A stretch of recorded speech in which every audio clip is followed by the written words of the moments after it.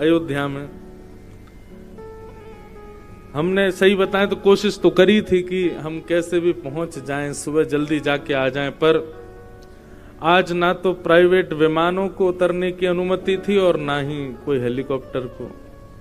हमने कोशिश तो करी जैसे भी भाग दौड़ के थोड़ी देर कोई हो आएंगे, पर ठाकुर जी की इच्छा थी कि नहीं, आप गुना में कथा करते हुए हमारा उत्सव मनाओ। तो खूब आनंद का विषय है बंधुओं। एक बात मन में चल रही थी, पूरा विश्व कुछ दिनों से गा रहा है, सब लोग गा रहे हैं, सब लोग राम जी का आगमन कर रहे हैं, राम आएंगे आएंगे आएंगे, सब लोग आएंगे आएंगे, बदल बदल के भजनों में सब यही कह रहे हैं राम आएंगे। राम गए कहां थे? कहां गए थे राम?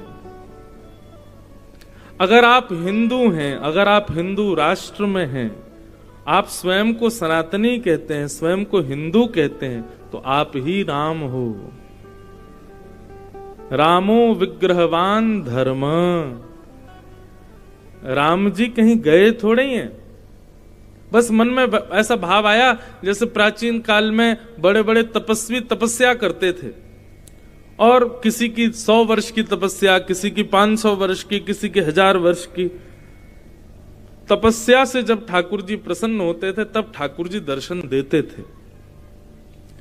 इसका मतलब यह नहीं है कि तपस्या से हमने ठाकुर जी को बुलाया, ठाकुर जी वहां हैं, पर हमारी इतनी योग्यता तब से बन गई कि ठाकुर जी हमको दिख गए। ठीक वैसे ही भारत के ऋषियों ने, भारत के संतों ने, कई वैष्णवों ने अपना बलिदान दिया, कई वैष्णवों ने युगों युगों तक प्रतीक्षा, वर्षों वर्ष की प्रतीक्षा करके अपनी प्रतीक्षात्मक तपस्या से आज राम जी को अयोध्या में पुनश्च प्रकट किया है। राम जी कहीं से आए नहीं है, वहीं थे। राम जी तो विद्यमान थे वहीं पर तपस्या का फल आज मिला है कि ठाकुर जी हमको दर्शन दे रहे हैं मंदिर में। तो बड़े आनंद का दिवस है भैया आज। तो आज हम सोच रहे हैं क्या कहें, क्या सुनाएं, क्या बोलें, क्या गाएं, सब आनंद है। और ऐसे मधुर श्री राघवेंद्र सरकार, श्री राघव जी का दिव्य स्वरूप विराजमान हुआ है। सही पूछें तो हमारे वृंदावन बिहारी लाल, हमारे राधा रमण लाल, हमारे राधा वल्लभ लाल, ऐसे हमारे राघवेंद्र लाल, बिल्कुल जैसे हमारे वृंदावन के ठाकुर जी वैसे ही, बिल्कुल वही छवि, वही स्वरूप, वैसा ही श्री राघव जी का। अति आनंद आज हृदय में हो रहा है और परम आनंद की बात है। अब बस 27 को यहां कथा पूरी करेंगे, 28 को ही सीधे ग्वालियर से सीधे फ्लाइट पकड़ेंगे, अयोध्या सीधे पहुंचेंगे, 28 को ही जाएंगे, राम जी को प्रणाम करेंगे। तो आप सबको खूब खूब बधाई भैया। आज कथा सुन लो, फिर घर जाके खूब उत्सव मनाना, सुबह से मन ही रहा है। फिर भी एक काम और करना बंधुओं,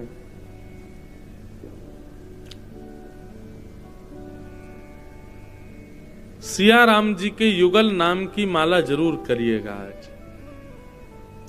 श्री सीताराम, वैसे तो विजय मंत्र है, जय श्री राम, जय राम, जय जय राम, ये विजय मंत्र है। इसमें श्री जो हैं वो स्वयं जानकी जी हैं, परंतु फिर भी युगल सरकार के दोनों के हृदय में विराजमान करके दोनों के भाव से मंत्र जाप जरूर कीजिएगा। कुछ दिन पूर्व ऐसी चर्चा अयोध्या में चल रही थी, इतना नवनिर्माण चल रहा है, इतना सुंदर व्यवस्था अयोध्या में सब हो रही है, इतना धन सरकार लगा रही है, इतना भव्य मंदिर बन रहा है, आज इतने अतिथि वहां पहुंचे, इतने संत, इतने कथा वक्ता वहां पहुंचे हैं, सब कुछ बहुत सुंदर सजाया गया, परंतु फिर भी पता नहीं क्यों अयोध्या में कुछ कमी सी लगती है। अयोध्या में इतनी व्यवस्था करने के बाद भी पता नहीं क्यों अयोध्या थोड़ी सी जो है कहीं किंचित निराश सी लगती है। क्यों? तब हमारे जगत गुरु रामानुजाचार्य पूज्य श्री राघवाचार्य जी महाराज अपनी कथा में बता रहे थे, बोले भैया अयोध्या के पास सब कुछ है, लेकिन जो वो कथा आती है कि अयोध्या वासियों के कहने से प्रभु श्री राम जी ने मां जानकी जी को कुछ वर्षों के लिए बाहर भेज दिया, तो समझो जहां से श्री ही चली जाए, जहां से स्वयं जानकी जी चली जाए, स्वयं लक्ष्मी जहां से प्रस्थान कर जाए, वहां प्रसन्नता कैसे हो सकती है। इसलिए अयोध्या जी में बहुत बड़ा यज्ञ चल रहा है और वहां सीताराम नाम यज्ञ का, सीताराम जी के सुंदर महायज्ञ चल रहा है। सीता जी को प्रसन्न किया जा रहा है। संपूर्ण अयोध्या के लोग सीता जी का नाम जप रहे हैं ताकि पुनश्च, अभी राम जी तो आ गए, अब जानकी जी और आवे अयोध्या में, श्री और पधारे।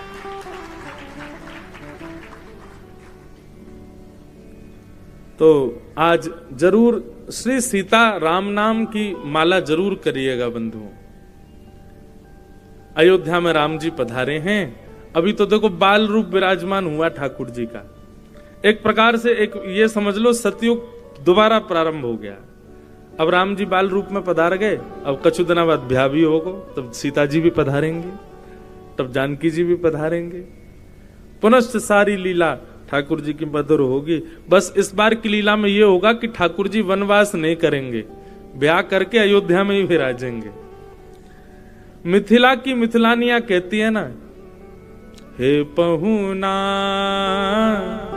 मिथिले में रहोना। पहुना मतलब हे जमाई राजा, हे हमारे जमाई राजा राम जी, मिथिले में रहो ना। आप अपनी ससुराल छोड़ के कहीं मत जाओ, मिथिला में ही सदा निवास करो। और ऐसी कथा आती है बंधुओं कि वर्षों तक ठाकुर जी मिथिला से आए ही नहीं। ब्याह के बाद मिथिलानियां कभी कोई रस्म, कभी कोई रस्म, कभी कोई रस्म, ऐसे कर करके महाराज साल भर निकल गए। राम जी गए ही नहीं अयोध्या, मिथिला में ही रहे। तो पिछले सतयुग में तो धर्मशास्त्रों की चली, ठाकुर जी को जाना पड़ा, पर इस बार तो प्रेमी भक्तों की चलेगी और ठाकुर जी वन में नहीं जाएंगे। अब तो सदा अयोध्या में रहेंगे, सदा अवध में विराजेंगे और जानकी जी के साथ विराजेंगे।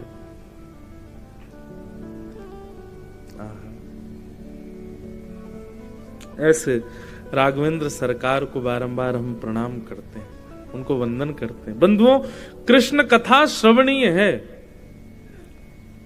राम कृष्ण में कोई अंतर नहीं है, लेकिन जब उनकी लीला पर बात आवे तो कृष्ण कथा श्रवणीय है, करणीय नहीं है।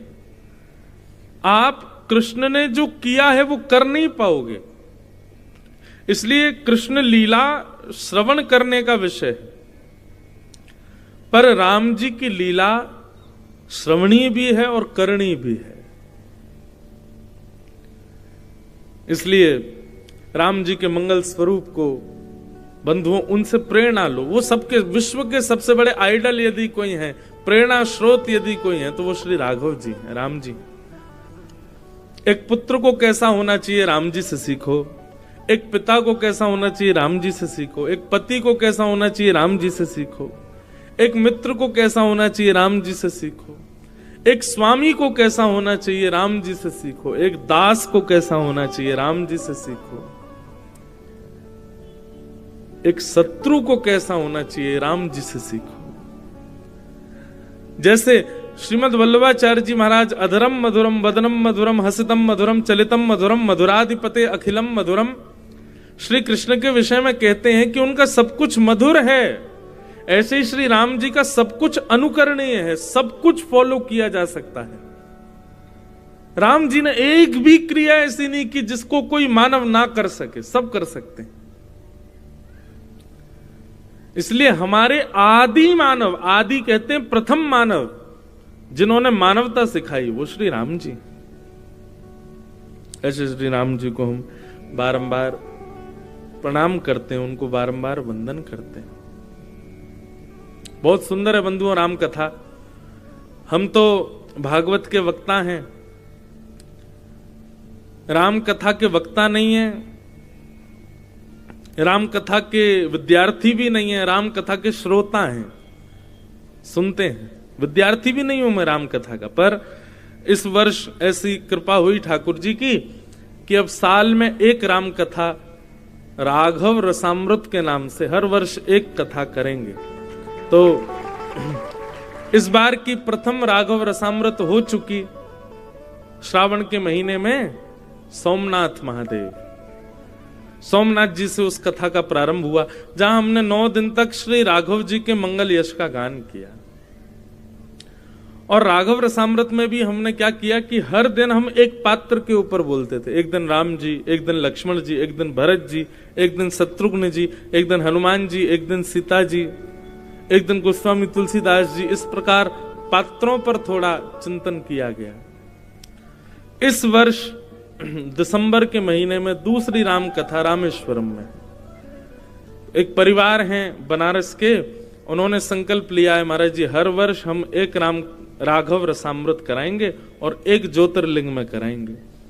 तो ऐसे करके 12 वर्षों में 12 ज्योतिर्लिंगों में राम कथा होगी।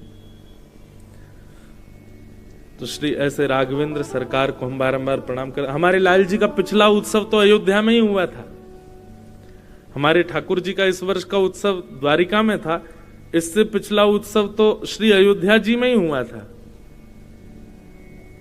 मानो ठाकुर जी वहां उत्सव मना करके राम जी को पहले ही बोले आए कि अब आप जल्दी मंदिर में विराजने वाले हो, 1 वर्ष की प्रतीक्षा करो। और ठीक 1 वर्ष ही हुआ है। 17 जनवरी 2023 को उत्सव पूर्ण हुआ था, 22 जनवरी 2024 को ठाकुर जी मंदिर में विराजमान हो गए। तो हम तो हर जगह अपने लाल जी की ही कृपा समझते हैं। हमारे लाल जी बड़े चमत्कारी हैं भैया, देखे हुए में नेक्से से लगे, लेकिन साधारण नहीं है, बहुत अद्भुत है। तो ऐसे राघवेंद्र सरकार को हम प्रणाम करते हैं। आज की मंगल कथा क्रम में प्रवेश करते हैं। कुछ भाव राम जी के यदि बीच बीच में कथा में आएंगे तो उनको श्रवण करने का प्रयास करेंगे।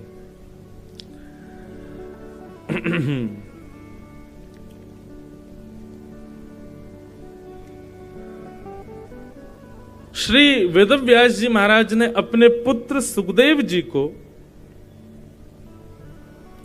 श्रीमद् भागवत का अध्ययन कराया और वही भागवत की कथा श्री सुखदेव जी ने परीक्षित को सुनाई।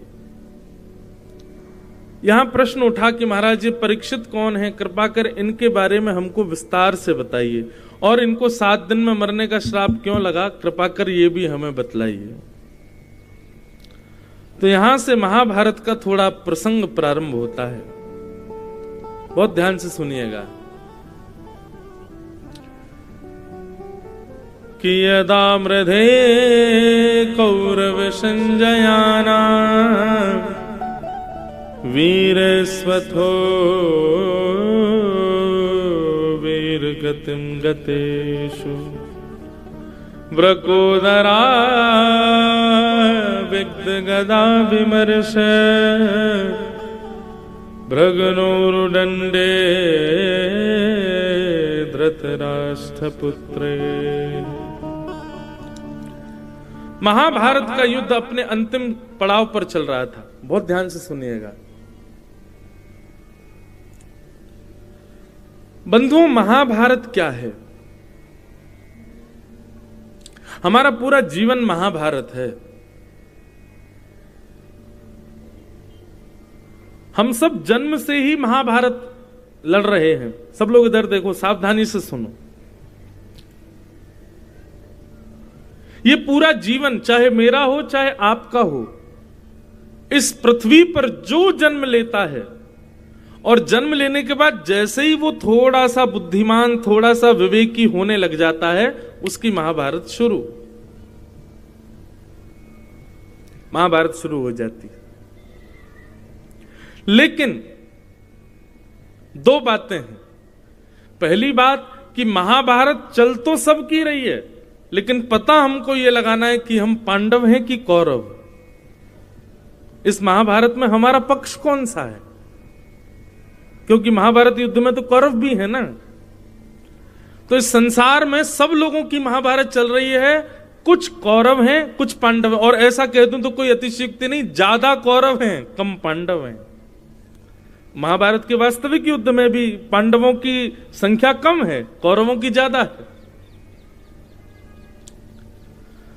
तो पहली बात तो यह है कि महाभारत हम सबकी चल रही है, पता हमको यह लगाना है कि हम कौरव हैं कि पांडव। अब यह कैसे पता चले कि कौरव पांडवों में भेद क्या है?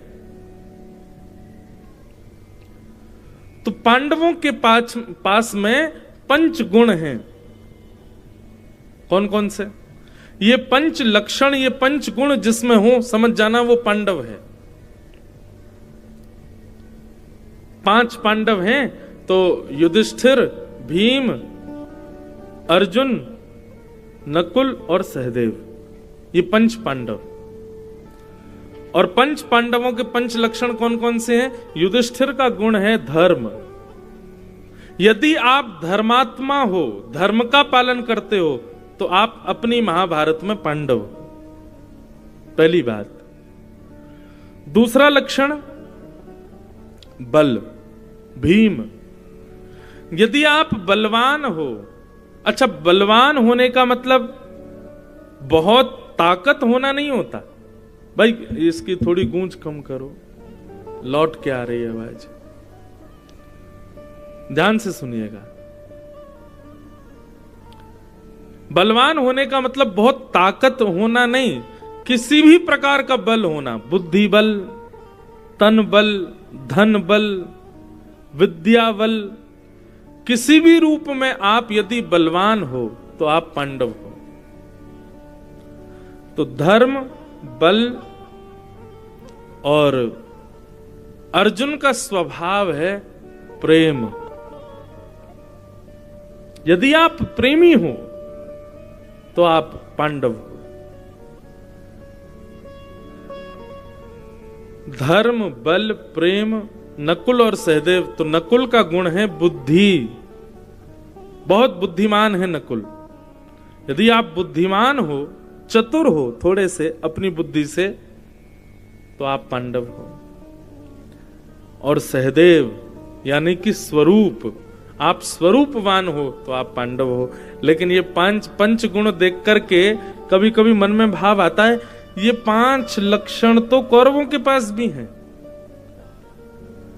5 लक्षण कौरवों के पास भी हैं। कौरवों के पास में एक धर्मावली भीष्म पितामह भी है, कौरवों के पास में बलवान कर्ण भी है, कौरवों के पास में प्रेमी, किसी ना किसी रूप में अपना प्रेम प्रकट करने वाले कृपाचार्य भी हैं, कौरवों के पास में बुद्धिमान दुशासन भी है, और कौरवों के पास में रूपवान दुर्योधन भी है। तो ये 5 लक्षण यदि हमको पांडव बना रहे हैं, तो ये 5 लक्षण तो कौरवों के पास भी है। तो इसका मतलब क्या हुआ कि यदि ये 5 लक्षण हमारे पास हैं, तो भी ये निश्चित नहीं होता कि हम पांडव हैं, हम कौरव तब भी हो सकते हैं। पांडवों के पास में 2 विशेषताएं हैं जो कौरवों के पास नहीं है, और वो 2 विशेषताएं क्या हैं? एक तो 5 की एक पत्नी, कौन? द्रौपदी। और द्रौपदी का लक्षण क्या है? द्रौपदी का लक्षण है दया। अब दोबारा सुनो, धर्म, बल, प्रेम, बुद्धि और स्वरूप। धर्म है लेकिन धर्म के साथ दया नहीं है तो आप कौरव हो। बल है लेकिन बल के साथ दया नहीं है तो आप कौरव हो। प्रेम है लेकिन प्रेम के साथ दया नहीं तो कौरव हो। बुद्धि है लेकिन बुद्धि के साथ दया नहीं तो कौरव हो। और स्वरूप है लेकिन स्वरूप के साथ दया नहीं है तो आप कौरव हो। समझ में आ गई बात? आपके भीतर ये 5 लक्षण हैं, परंतु उन 5 लक्षणों को दया रूपी द्रौपदी सुशोभित नहीं करती है, तो आप अपनी महाभारत के कौरव हो। आपको पांडव बनना है।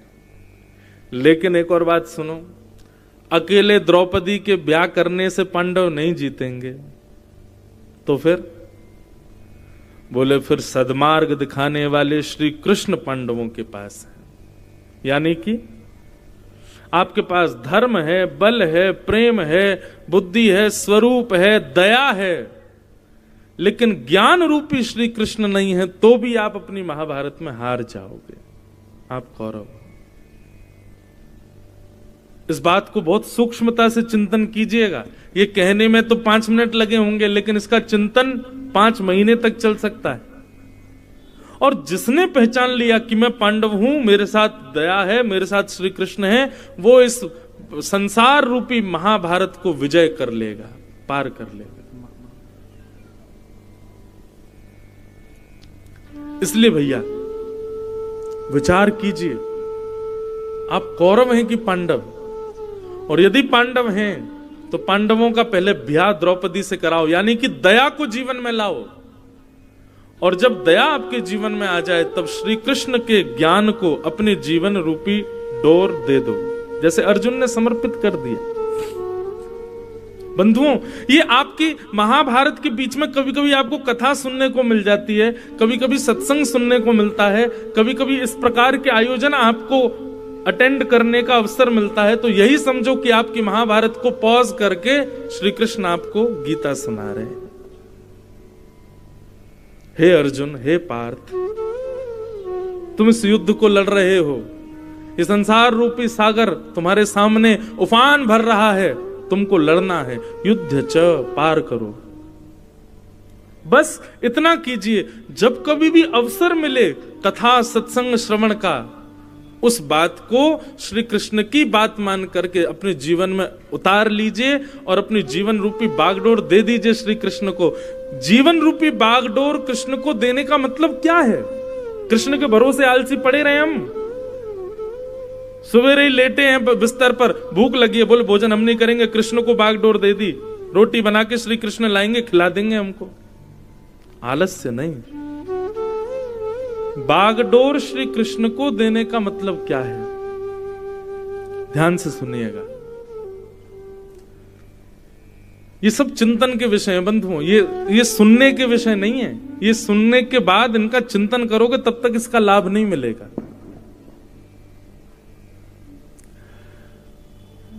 अर्जुन के रथ में 10 घोड़े हैं, हमारे रथ में भी 10 घोड़े हैं। कौन कौन से? पंच ज्ञानेंद्रिय और पंच कर्मेंद्रिय। ज्ञानेंद्रिय कौन कौन सी होती हैं? आंख, नाक, जीव, कान और त्वचा। ये 5 घोड़े हैं। और दूसरे 5 घोड़े कौन कौन से?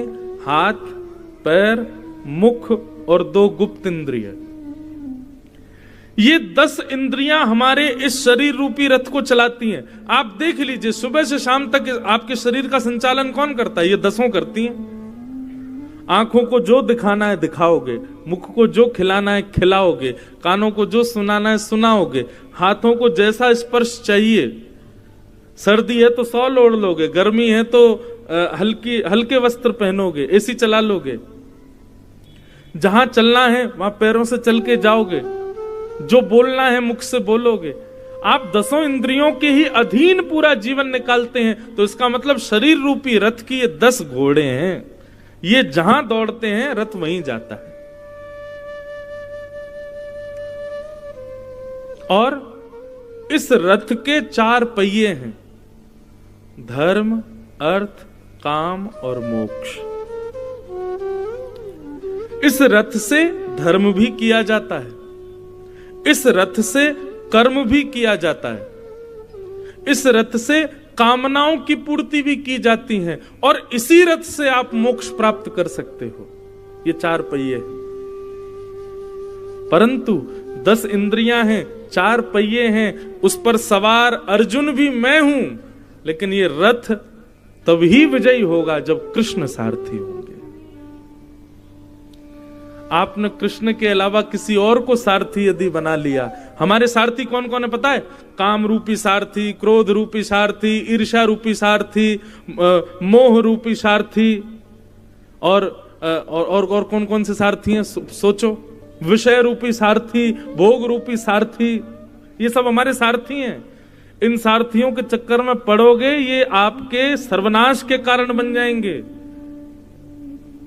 अभी जगने का समय है, कृष्ण को सारथी बनाओ, अपने रथ के सारथी के रूप में श्री कृष्ण को विराजमान कर दो। और सारथी बनाने का मतलब क्या है?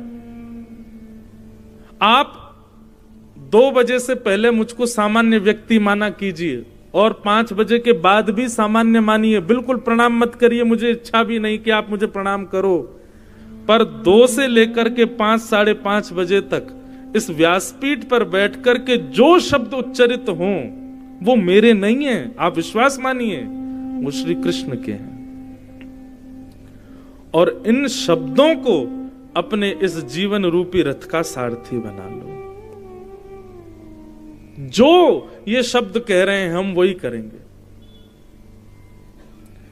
जो कथा में व्यास जी ने कहा, या गुना में कोई भी वक्ता आवे, आपको कभी उज्जैन जाने का अवसर मिले वहां कथा मिले, ग्वालियर जाने का अवसर मिले वहां कथा मिले, शिवपुरी में कोई कथा हो वहां जाने का अवसर हो, कहीं भी वक्ता को मत देखिए, आप उसके शब्द को सुनिए, और वो शब्द उसके नहीं है, श्री कृष्ण के हैं। यह सोच करके सुनिए और उन्हीं शब्दों को अपने जीवन रूपी रथ का सारथी बना दीजिए, आपकी विजय निश्चित होगी। और श्रीमद् भागवत में भगवान कहते हैं, ये वही भगवतः प्रोक्तः उपाया आत्मलब्धे अंजः पुंसाम विदुषाम वृद्धिम भागवतान हितान। मेरे बताए हुए मार्ग पर जो व्यक्ति चलता है, श्री कृष्ण कह रहे हैं, मेरे बताए हुए मार्ग पर जो व्यक्ति आंख बंद करके भी चलेगा वो कभी गिरेगा नहीं, और कभी गिर भी जाए तो चिंता नहीं करना, उठाने के लिए मैं स्वयं आऊंगा, उसको चिंता की आवश्यकता नहीं। आप कृष्ण पथ के अनुगामी। अर्जुन इतना निष्फिक्र क्यों था? उसको यही भरोसा था, या तो मैं जीत जाऊंगा, और यदि मैं गिरा भी ना तो मुझे घबराने की आवश्यकता नहीं, कृष्ण खड़े हैं ना, उठा लेंगे।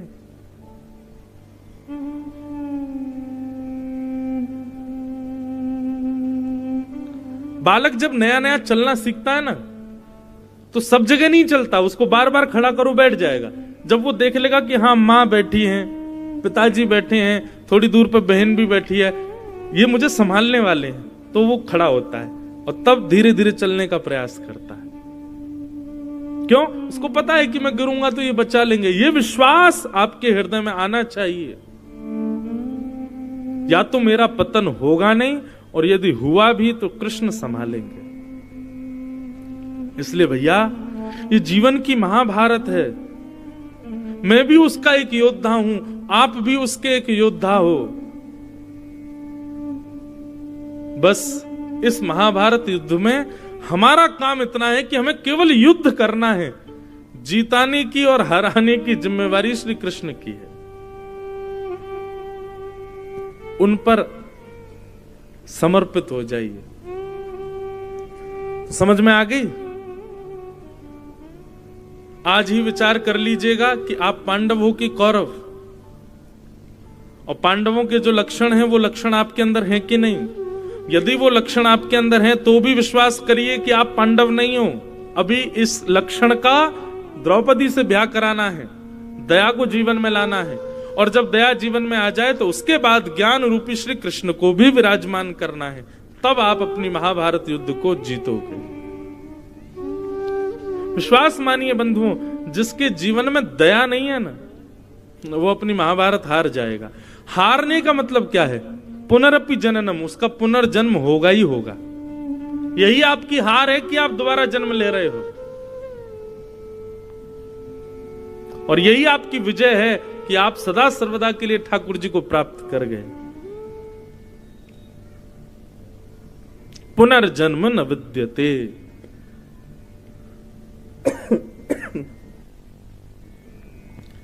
यही महाभारत है बंधु।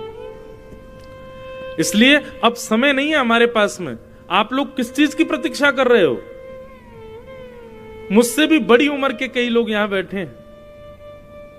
अब समय नहीं है, अब उठिए, जागिए, क्योंकि भैया अब समय ना, अभी सूरदास जी ने कहीं पंक्तियों में ऐसा वर्णन किया है कि कलयुग में बीच में एक बार ऐसा समय आएगा कि ऐसा लगेगा कि हम सतयुग में आ गए। अभी वही समय चल रहा है। अभी अचानक से आप देखेंगे कि सब जगह ऐसा लगने लग रहा है कि लोगों में भक्ति बढ़ रही है, लोग सद्मार्गीय हो रहे हैं। सूरदास जी ने 500 साल पहले लिख दी है ये बात कि बीच में ऐसा समय आएगा कि आपको ऐसा लगेगा कि सतयुग आ गया क्या। पर वो कुछ क्षण के लिए अनुभव होने वाला सतयुग जैसे ही विराम लेगा तब घनघोर कलिकाल का प्रारंभ होगा। इसलिए भैया ये सतयुग जो आया है ना, आज ये समझ लीजिए, आज की तारीख 22 जनवरी, ये इस सतयुग का मध्य है। ये कलयुग में दिख रहा सतयुग, इसका मध्य है। आज राम जी विराजमान हो गए, या फिर ऐसा कर लो आज प्रारंभ है। अब ये कुछ दिनों के लिए खूब सनातन बढ़ेगा, खूब भक्ति बढ़ेगी। इसी बीच में ही अपना कल्याण कर लो, क्योंकि ये जिस दिन विराम लेगा उसके बाद कुछ नहीं कर पाओगे। अब हमारे पास समय नहीं है। एक प्रकार से राम जी ने आकर के हमको, जैसे माइलस्टोन होता है ना, हम कहीं जाते हैं तो उज्जैन जा रहे हैं तो रास्ते में वो पत्थर लगा रहता, उज्जैन इतना किलोमीटर रह गया, इतना किलोमीटर रह गया, इतना किलोमीटर। आज राम जी ने आकर के एक माइलस्टोन आपके सामने रख दिया है। बस कुछ ही दिन की अब स्थिति और है, अपना कल्याण कर लीजिए। ठाकुर जी कब आते हैं? जब जब होए धर्म के हानि, बाढ़ ही असुर अधम अभिमानी, तब तब प्रभु धरि विविध शरीरा। ठाकुर जी आते ही तब है जब धर्म की हानि होने का समय प्रारंभ होने वाला होता है। आज राम जी आए हैं, इसका मतलब अब कुछ ही वर्ष बचे हैं हमारे पास में। कुछ ही वर्षों के लिए अब सतयुग है भैया, इतने में ही कल्याण कर लो, क्योंकि उसके बाद का समय भयावह होने वाला है। सूरदास जी की पंक्ति मुझे याद आएगी, मैं कल सुनाऊंगा कथा में। उन्होंने पूरा वर्णन किया है।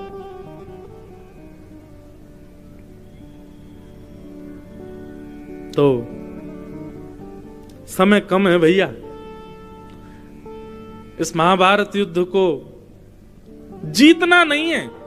अर्जुन की जीत उसी समय हो गई जिस दिन उसने अपना सारथी कृष्ण बना लिए।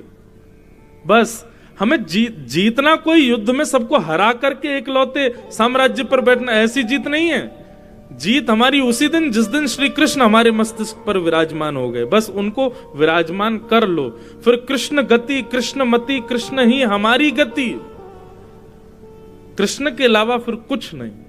वो जो कहें, वो जो कहें, वो जो करें, उनका जो आदेश वही करना है। और उनका आदेश इन मंचों से ही कहा जाता है, उनको सुनिए। तो महाभारत युद्ध अपनी अंतिम स्थिति में था। दुर्योधन की जंघा पर भीम ने प्रहार कर दिया और भीम टूट करके गिर पड़ा और महाभारत का युद्ध पांडव जीत गए। दुर्योधन ने गुरुपुत्र अश्वत्थामा को कह दिया कि मैं जब राज्य गद्दी पर नहीं बैठा तो मैं पांडवों को भी नहीं बैठने दूंगा, जाओ सोते हुए पांडवों को मार दो। और अश्वत्थामा ने सोते हुए पांडवों को मारने का प्रयास किया, लेकिन जाको राखे साइया मार सके ना कोई, बाल ना बाका कर सके जो जग बैरी हो। भैया ठाकुर जी की इच्छा हो जाएगी ना तो बाथरूम में पैर के नीचे साबुन आते ही गिर जाओगे, रिपट के मर जाओगे।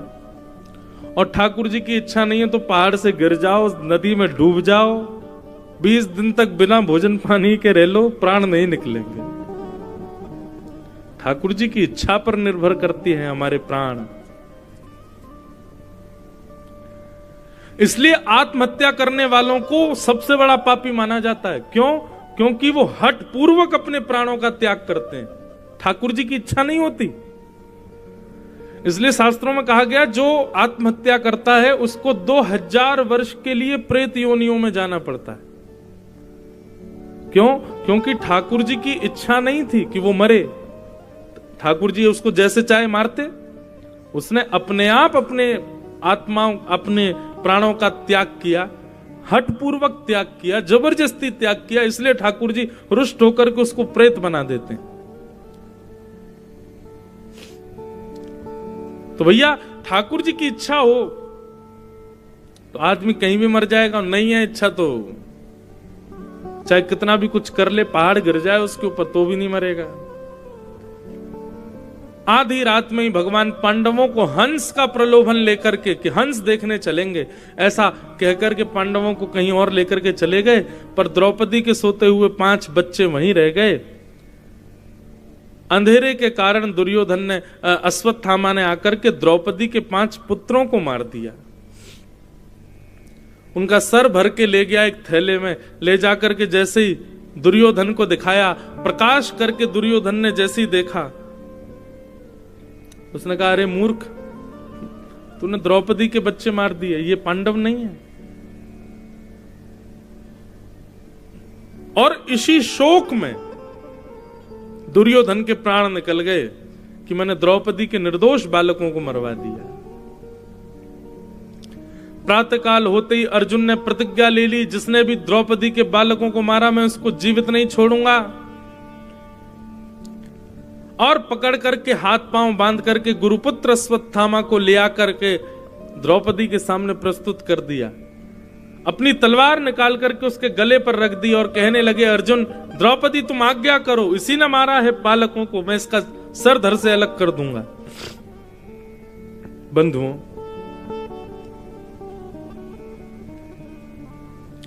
बहुत सुंदर बात है। द्रौपदी के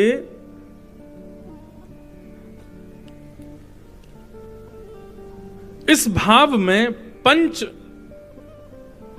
योग्यताएं बताई गई। द्रौपदी कौन है? मृतक बालकों की मां है, मरे हुए बालकों की मां है।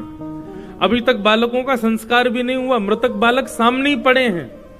ऐसी कठिन स्थिति में द्रौपदी 5 बातों को केंद्र में लेकर के फिर निर्णय देती है। वैसे सामान्य रूप से होता क्या है कि मानव के सामने जैसी विपरीत अवस्था होती है, जैसे कि घर में कोई व्यक्ति बीमार हो जाए जिससे आप बहुत प्रेम करते हो, अब वो व्यक्ति बीमार है, हॉस्पिटलाइज्ड है, आपसे कोई कुछ कहे, भैया ऐसे ऐसे काम है आप करवा, भाई अभी बात मत कर, मेरा दिमाग काम नहीं कर रहा है यार, हैं मेरा वो प्रेमी, घर का परिवार का एक सदस्य बीमार पड़ा है, मेरी बुद्धि नहीं चल रही, अभी भोजन कर लो, भूख नहीं लग रही यार, पूरे दिन दिमाग वहीं लगा हुआ है। हम विपरीत अवस्था जैसे ही हमारे जीवन में आती है तो हम लोग क्या करते हैं? निर्णय लेने की शक्ति खत्म हो जाती है, भोजन करने की शक्ति खत्म हो जाती है, निद्रा खत्म हो जाती है, प्यास मर जाती है, सजने धजने संवरने की स्थिति नष्ट हो जाती है, कुछ करने का मन नहीं करता, ऐसी स्थिति हमारी हो जाती है। लेकिन बंधुओं, इस स्थिति को श्रेष्ठ नहीं माना गया, ये कायर स्थिति मानी गई है, इसको कायरता कहते हैं। भाई, नाविक उसी को माना जाता है जो नदी के भाव के उल्टे में नाव चला के दिखा दे। भाव जहां की तरफ है नदी का, वहां तो कोई भी नाव चला देगा। नाविक तो वो माना जाए कि नदी सामने से आ रही है और तुमको चीर करके उल्टा लेके जाना है, उसको कहा जाएगा हाँ ये नाव चालक बढ़िया है। नदी में बवंडर आ जाए और तब नाव को बचा करके लावे, तब कहेंगे ये नाविक अच्छा है। ठीक वैसे ही बंधुओं, हमारे जीवन में जब विपरीत अवस्था, विपरीत सिचुएशंस आती हैं, तब यदि हम हाथ पे हाथ धर के बैठ जाते हैं, अभी तो हम कुछ कर ही नहीं पाएंगे, अभी तो हमसे कुछ होगा ही नहीं, अभी ये समय निकल जाए तब हम कुछ करेंगे। ठाकुर जी कहते हैं अनुकूल अवस्था में तो कोई भी कर लेगा, विपरीत में करके दिखाओ तो माने। हमारी स्थिति ऐसी है कि लगभग 365 दिन कथा होने लग गई। अब 365 दिन में से इतना कह दें तो कोई अतिशयोक्ति नहीं, 330 दिन तो कथा ही करते हैं, बाकी के 35 दिन थोड़ा आराम समझ लो। अब इतने में परिवार में भी कुछ ना कुछ होता है, कहीं ना कहीं अब हमारे तो केवल हमारा घर ही नहीं है, हम जहां जहां कथा करने जाते हैं सब जगह हमारे परिवार है। कभी किसी के परिवार में कोई संकट, कभी कहीं कोई संकट, कभी कुछ बात, कभी कुछ बात। अपना इतना परिकर रहता है, परिकर में कभी किसी में कुछ हो गया, कोई बात हो गई, किसी के यहाँ कुछ हो गया। स्वयं के निज परिवार में इतनी दुविधाएं विविधाएं आती रहती हैं, संसार है, सबके यहाँ होता है। लेकिन हमको व्यासपीठ पर बैठने से पहले सब भूलना पड़ता है। स्वयं की भी तबीयत कभी ठीक ना हो तो भी कथा में 100% कहना ही पड़ता है। हम उस चीज को लेकर के कथा छोटी कर दें या आज कथा 1 घंटा ही करेंगे चले जाएंगे थोड़ा आराम, ऐसा नहीं, हमको करना ही पड़ेगा और यही जीवन है। विपरीत अवस्थाओं में आप जब डट करके खड़े रहते हैं और अपने कर्म को नहीं त्यागते हैं तब आप योद्धा माने जाते हैं।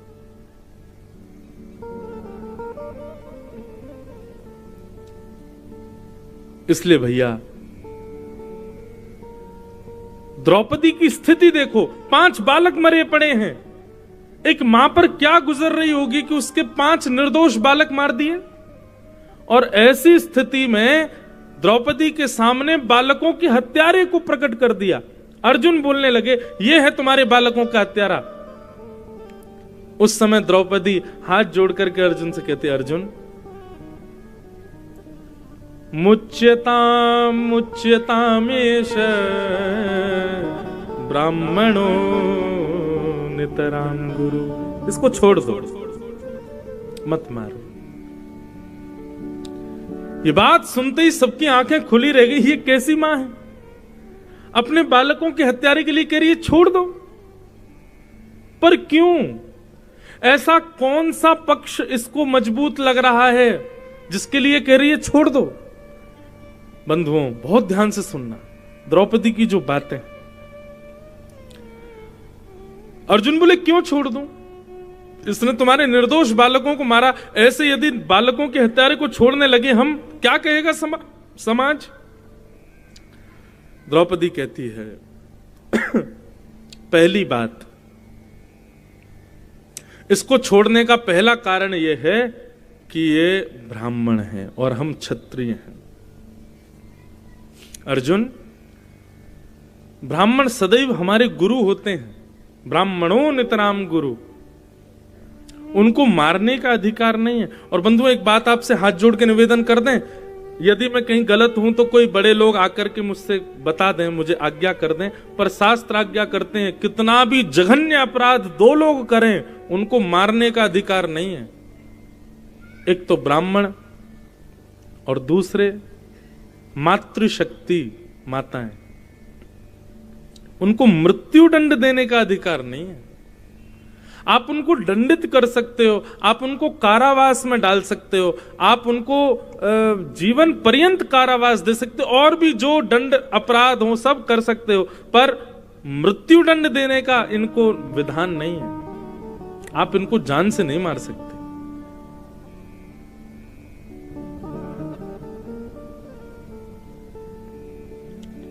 तो द्रौपदी बोली ये ब्राह्मण है, इसको मत मारो। अर्जुन बोले जातिवाद के चक्कर में अगर मैंने इसको छोड़ दिया तो समाज क्या करे, सब ब्राह्मणों के पर लग जाएंगे, सब ब्राह्मण गलत गलत करेंगे। बोले अरे ब्राह्मणों को तो कुछ भी करने का अधिकार है। यदि ये ब्राह्मण है तो इसको छोड़ूं, तो ये बात तुम्हारी जचती नहीं मुझे, कुछ और बताओ। तब द्रौपदी कहती है गुरुपुत्र है और आत्मा वही जायते पुत्र, पिता की आत्मा ही पुत्र के रूप में जन्म लेती है। तो इसका मतलब ये गुरुपुत्र नहीं है, ये साक्षात गुरु है हमारे। गुरुपुत्र गुरु समान, गुरु के समान होता है गुरुपुत्र। ये ब्राह्मण है इसलिए इसको मत मानो, ये गुरुपुत्र है इसलिए इसको मत मारो।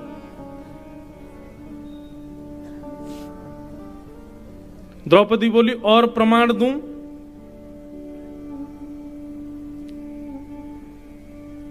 ये अपनी मां का इकलौता पुत्र है और पुत्र के मरने की वेदना मां को कितनी होती है, इस वेदना से अभी मैं गुजर रही हूं अर्जुन। हजारों बिच्छू एक साथ एक एक रो में डस दें, इतनी पीड़ा एक मां को होती है। पुत्र के मरने पर। मैं नहीं चाहती कि जिस पीड़ा में इस वक्त मैं हूं उस पीड़ा में इसकी मां हो, इसलिए इसको मत मारो। एक पक्ष में मैं अश्वत्थामा की मां से ज्यादा श्रेष्ठ हूं। क्यों? मेरे 5 पुत्र मर गए पर मेरे 5 पति तो जीवित हैं, पर अश्वत्थामा के पिता को तुमने पहले ही मार दिया, मतलब इसकी मां विधवा तो है ही, अब पुत्रहीन भी हो जाएगी, मेरे से ज्यादा पीड़ा उसको हो जाएगी, इसलिए अर्जुन इसको मत मारो। धर्म शास्त्र आज्ञा करते हैं आप जिस मार्ग से गए हो उस मार्ग पर आने वालों को सचेत कर दो कि भाई यहां गड्ढा है, यहां पर कांटे हैं, जंगली जानवर हैं, भोजन की सामग्री संग लेके चलना, इतना समय लगेगा। तो आप धार्मिक माने जाते हो। पर कई बार आजकल के लोग कैसे हो गए, आपसे किसी ने पूछा भैया आप वहां गए थे, वहां का रास्ता कैसा है? आप कमर में पट्टी बांधे घूम रहे हो, कमर पूरी दुख गई, इतना खराब रास्ता है, लेकिन आपको क्या लगता है, अरे ये भी तो भोगे, अरे बहुत जोरदार रास्ता हमारा, तुम भी जाओ, तुम भी आओ वहीं से। आजकल स्थिति ऐसी हो गई, ये गलत है। शास्त्र आज्ञा करते हैं आपने जो दुविधाएं सही हैं अपने मार्ग में, आपको चाहिए उस मार्ग में कोई और जा रहा हो। मार्ग का मतलब मेरा अभिप्राय केवल रोड से नहीं है, मार्ग का मतलब जीवन के हर उस भाव में जिससे आप गुजर चुके हो, उसमें कोई और आ रहा है तो उसको सचेत करो, उसको समझाओ। लेकिन आजकल लोगों की बुद्धि विकृत हो गई है। बंधुओं, कलयुग क्या करता है ना, कलयुग बुद्धि में ही आक्रमण करता है, आपके विचारों को बिगाड़ता है। ये कलयुग है, इसलिए सबसे खतरनाक है। सतयुग त्रेता द्वापर में आपके कर्म बिगड़ते हैं, पर कलयुग में आपकी बुद्धि बिगड़ जाती है, इसलिए कलयुग बहुत खतरनाक है। मुझसे एक जगह इंटरव्यू में पूछा गया, बोले महाराज कल्कि भगवान आएंगे, मारेंगे किसको? कल्कि में राक्षस कौन है? मैंने कहा यही तो बात है, सतयुग त्रेता द्वापर में राक्षस 2-2 हुआ करते थे। मैंने कहा पर कलयुग में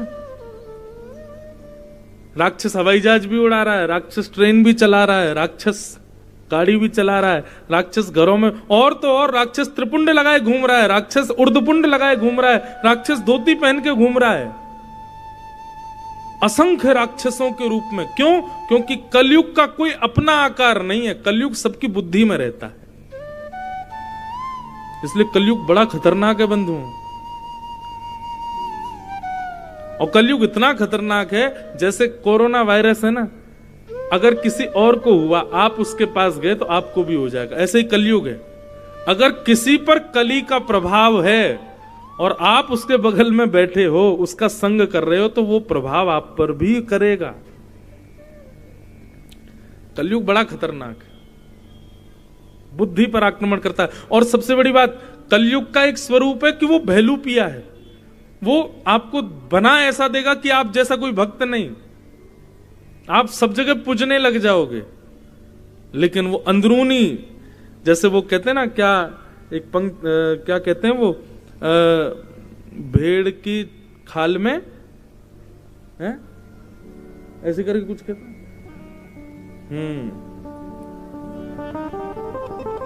ठीक वही है। ये चोला तो ऐसा बना देगा कि आप ऐसे दिखोगे ये तो बहुत अच्छा है, बहुत श्रेष्ठ है, लेकिन अंदर विकृत है। सतयुग त्रेता द्वापर में आदमी अंदर जैसा था, बाहर वैसा दिखता था, पर कलयुग में ऐसा नहीं है, कलयुग में उल्टा है। कलयुग में अंदर से राक्षस है, बाहर से संत दिखेगा। आहा, ये तो बड़े बड़े भजनानंदी हैं, बड़े सरल स्वभाव के, बड़े अच्छे हैं, बड़े प्रिय हैं। तो कलयुग में राक्षस को ढूंढना समझना बहुत मुश्किल काम है। इसलिए मैं कभी कभी कथाओं में कहा करता हूं कि अभी तो कलयुग का प्रारंभ है, हम आप सब लोग बड़ भागी हैं, हम सही समय पर निपट लेंगे, यहां से सही समय पे हमारी छुट्टी हो जाएगी संसार से। ज्यादा से ज्यादा 50-60 साल के अंदर हम सब लोग प्रस्थान कर जाएंगे यहां से। बहुत सही समय, अभी भजन कर लो। हमारे जो आगामी वंश वाले होने वाले हैं, हमारे पुत्र पुत्र के पुत्र पुत्र के पुत्र, वो तो भयावह समय देखने वाले हैं कलयुग का।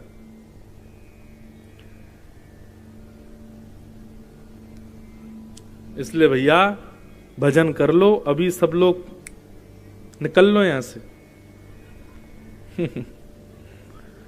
खतरनाक समय आने वाला है। पता नहीं आज राम जी जब से अयोध्या में विराजे तब से मन में यही पंक्ति आ रही है, जब जब होए धर्म के हानि, बाढ़े असुर अधम अभिमानी, तब तब प्रभु धरि विविध शरीरा। ठाकुर जी तभी आते हैं जब ठाकुर जी को संकेत हो जाता है कि अब कुछ वर्षों बाद अधर्म बढ़ेगा, और तब से ही मन में एक चिंता और घबराहट सी लगी है कि अब बस, अब जल्दी करो, अब समय नहीं है। राम जी को निहार लो, बद्रीनाथ दर्शन कर लो, द्वारिका हुआ, सबरे धाम अभी कर आओ। इसी 2024 में कोई धाम छोड़ मत देना, इसी समय कर आओ, कोई चूक ना जाए।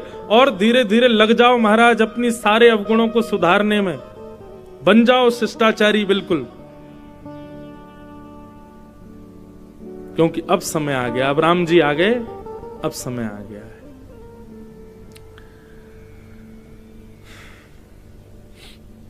द्रौपदी ने कहा इसको मत मारो, तब भी अर्जुन ने अपनी तलवार नहीं हटाई, तो द्रौपदी अंतिम बात कहती है, ठीक है अर्जुन इसको मार दो, पर इसकी मृत्यु के बदले मेरे 5 पुत्र मुझे जीवित चाहिए। सब लोग सावधानी से सुनो, इधर देखो। क्या तुम ऐसा कर सकते हो कि इसको मार दो और मेरे 5 पुत्र जीवित हो जाएं? नहीं, तो इसको मत मारो। द्रौपदी की बातों में 5 निर्णय हैं। किसी भी व्यक्ति को निर्णय लेने से पहले 5 बातों का ध्यान रखना चाहिए। आप कोई भी निर्णय लीजिए, पहले थोड़ा 5 मिनट विचार कीजिए और इन 5 चीजों का अनुकरण कीजिए। आपके निर्णय में यदि इन 5 में से एक की भी कमी हो तो निर्णय मत लीजिएगा। और ये 5 गुण क्या हैं?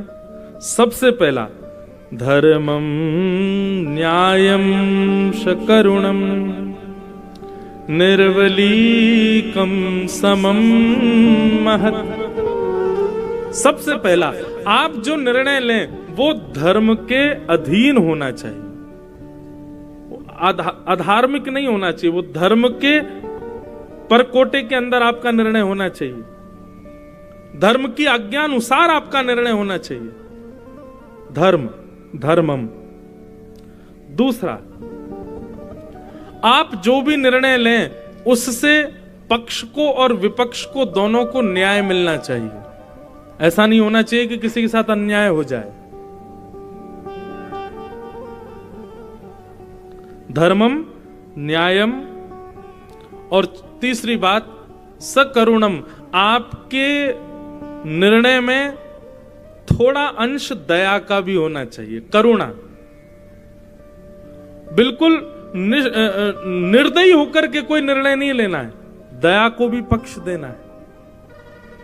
तो आपके निर्णय में धर्म होना चाहिए, आपके निर्णय में न्याय होना चाहिए, आपके निर्णय में करुणा यानी कि दया होनी चाहिए, आपके निर्णय में चौथी बात है निष्कपटता, निर्विलीकम।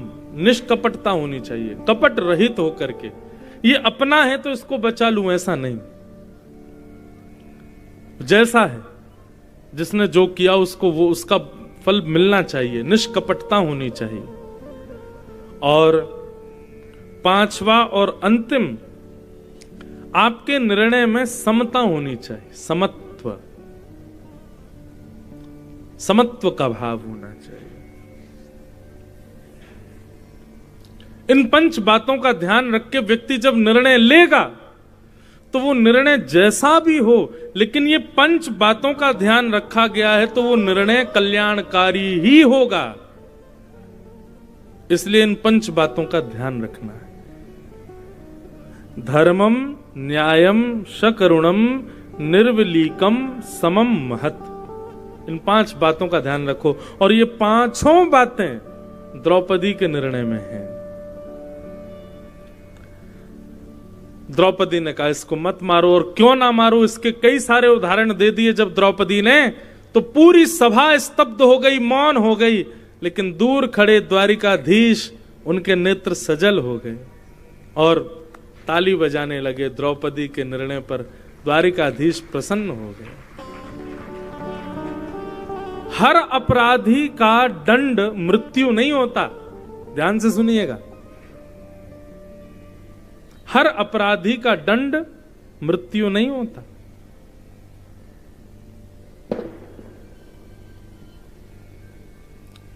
हम लोग वैद्य हैं, सामने अपराधी व्यक्ति माने रोगी व्यक्ति है, और रोगी को चाहिए कि उसको औषधि दी जाए ताकि उसका रोग ठीक हो, ना कि उसको विष देकर के मार दिया जाए। इसलिए भैया, हर अपराधी को दंड, मृत्यु दंड देना या भयावह दंड देना ये जरूरी नहीं होता है। कई बार आपकी छोटी सी क्रिया ही उसको सुधार देती है।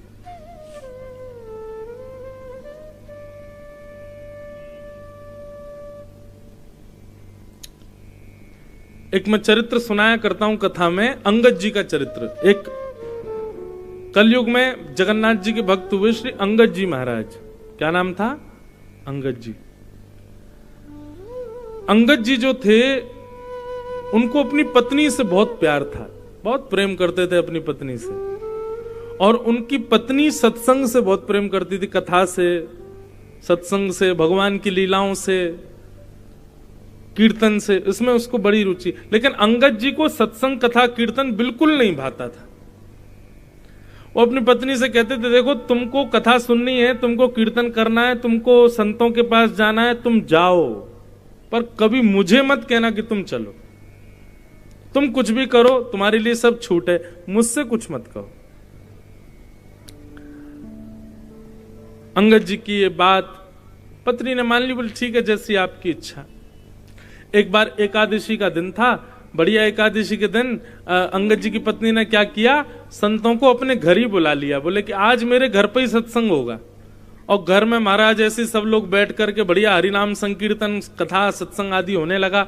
इतने में अंगद जी आ गए। अंगद जी जैसे आए, वो तो लाल ताते पड़ गए। महाराज बोले, मेरी बिना आज्ञा के मेरे घर में क्या ये धर्मशाला बना रखी है? सब नाच रहे हैं, गा रहे हैं, कथा कर रहे हैं। उसने जाकर के ये सब हटा दिया, महात्माओं के आगे हाथ जोड़े, बोले निकलिए यहां से तुरंत। किसकी आज्ञा से आए आप लोग? ये मेरा घर है, धर्मशाला नहीं है। यहां बैठ करके भजन पाठ, पूजन, कीर्तन, कथा कर रहे हैं, जाइए, चलिए यहां से। अंगद जी ने जब ये काम किया तो उनकी पत्नी बड़ी नाराज हो गई। भक्तमाल जी में चरित्र आता है, ये ऐसी मनगढ़ंत कथा नहीं है, वास्तविक कथा है। तो श्री अंगद जी ने क्या किया, अंगद जी की पत्नी ने क्या किया, जिसको ठाकुर जी से प्रेम नहीं, जिसको ठाकुर जी से स्नेह नहीं, जो ठाकुर जी की कथा कीर्तन से स्नेह नहीं करता, मैंने फिर भी उसको अपने पति रूप में वर्ण किया। ठीक है, तब तक कोई बात नहीं, पर आज तो संतों की अवहेलना कर दी, संतों का अपमान कर दिया, और तब भी मैं इसको पति मानूं। अंगद जी की पत्नी ने घूंघट कर लिया, और घूंघट करके अपने पति से बोली, देखिए मेरा विवाह आपके साथ हुआ है, तो एक पत्नी के जो कर्तव्य होते हैं मैं सबका निर्वहन करूंगी। आपके लिए प्रसाद बनाऊंगी, आपके वस्त्र धोऊंगी, आपके लिए आपका ध्यान रखना, आपको औषधि देना, सब मैं करूंगी, पर मैं एक हरि विमुख व्यक्ति को अपना मुख नहीं दिखा सकती। इसलिए आपसे भी प्रार्थना कि जीवन में कभी मेरे मुख देखने की इच्छा मत कीजिएगा। मैं रहूंगी आपके साथ, सब करूंगी, एक पातिव्रत धर्म का निर्वहन करूंगी, लेकिन अपना मुख नहीं दिखाऊंगी, ये मेरा संकल्प है। अंगद जी ने खूब हाथ पांव जोड़े, बोले अरे गलती हो गई। बोले नहीं, आपने संतों की अवहेलना की कैसे, और संतों का जो नहीं है वो मेरा नहीं हो सकता। मैं उसको कम से कम देखूंगी नहीं, इतना तो मैं निर्णय ले ही सकती हूं। 1 महीना, 4 महीने, 5-6 महीने बीत गए, 1 साल बीत गया। 1 साल तक अपनी पत्नी को देखा नहीं। एक ही घर में रहते हैं, एक ही साथ भोजन करते हैं, लेकिन पत्नी मुंह छुपा करके रखती है। अंगद जी बहुत परेशान हो गए, क्या करूं। एक दिन अपने घोड़े पर बैठ करके जा रहे थे तो वहीं कहीं कथा हो रही थी। पहले तो देख करके लाल हो गए, बोले कि इस कथा ने मेरा घर बर्बाद कर दिया। पर इस कथा में ऐसा है क्या जो पत्नी को ये इतने प्रिय लगते हैं कि अपने पति को नहीं देखना चाहती। घोड़े को एक जगह बांध दिया और दूर